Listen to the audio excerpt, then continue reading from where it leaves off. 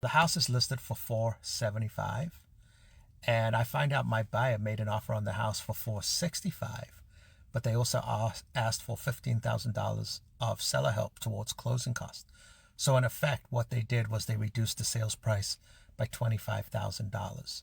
When the seller gets the offer, the seller says, no way.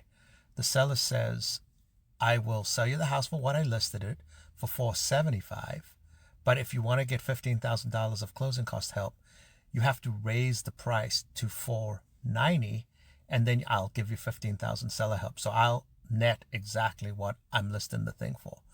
So the buyer calls me up and says, what exactly will this do to my payment if I go from 465 to 490?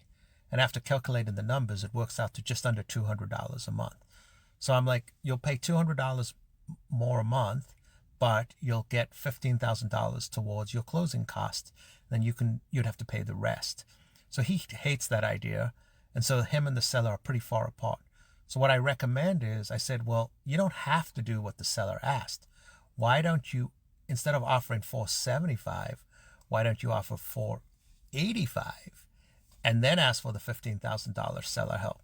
Because in this particular case, if you at 485 and you take 15 off, then what you've done is you've reduced that to 470, $5,000 less for the seller, and you get your closing costs paid.